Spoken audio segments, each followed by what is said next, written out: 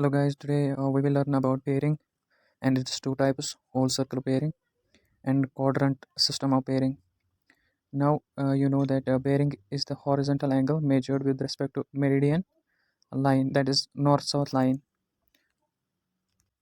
In the figure, as you can see, the bearing is the angle measured with respect to meridian line, north-south line, uh, and is represented by theta. So in this figure we can say that bearing of P point is theta. Now whole circle bearing, which is represented by WCB, its reference is always taken as north. Direction is always taken clockwise, and the limit is between 0 and 360 degree. Now in the figure, as you can see, the reference is north pole, and it is represented as theta A, theta B, theta C, and theta D.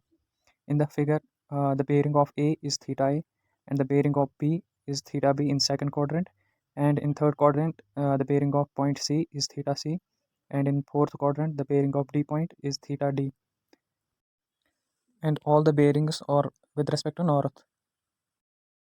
Now in quadrant system of bearing, which is represented as QSB, its reference is taken north or south, and direction is clockwise or maybe anti-clockwise, and limit is 0 to 90 degree.